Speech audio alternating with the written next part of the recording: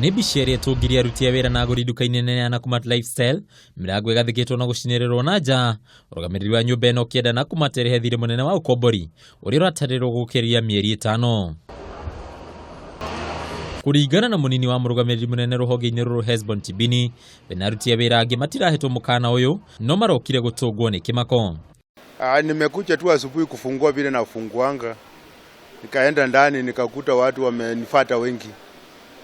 Mmoja akajitambulisha akasema ni wakoshania na wengine ni watu wa NSSF.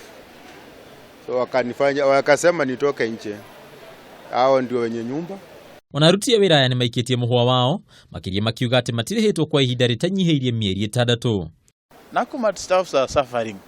Every day we are on the streets. Kama sahi tumenyimwa hata barua ya kwenda strike kwa street.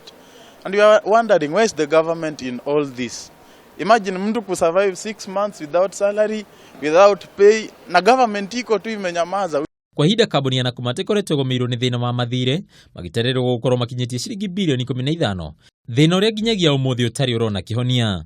Handũ-inĩ ya Kameme TV, rĩtwa rĩakwa nĩ Mbataru wa Mwangi.